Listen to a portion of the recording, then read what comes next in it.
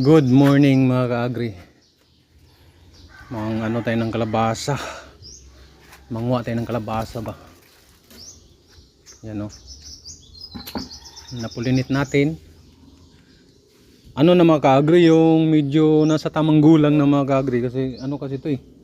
Yung medyo ano na siya. Matanda na tong ano na to. Tinan mo, ano na. Kaya ang gagawin natin ay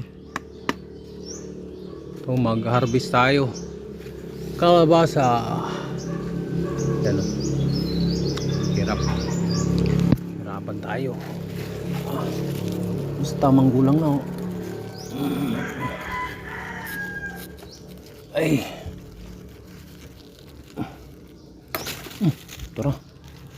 Hindi na ganong maano mga ka-agri. Tinan mo, sobrang labo. Hindi na ganong maliit. Kasi may katandaan na mga ka-agri. Parada natin ba? Iparada natin. Binta natin.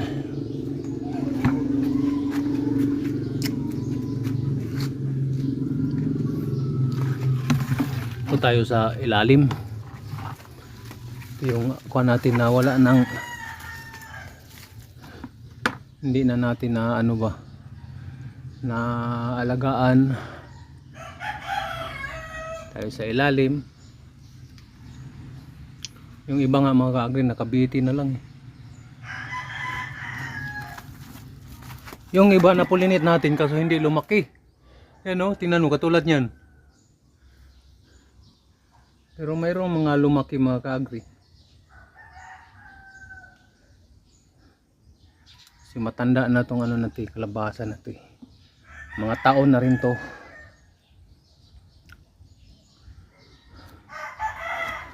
Ito tayo.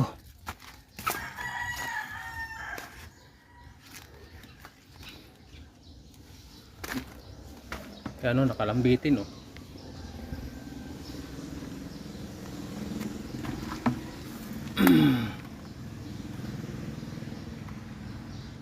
Ito sa ilalim.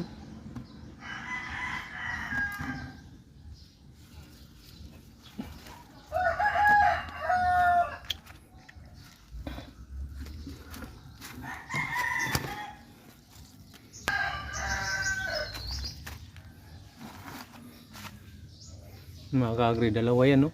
Yan no? Dalawang kalabasa. O tatlo pala ito mga ka-agri.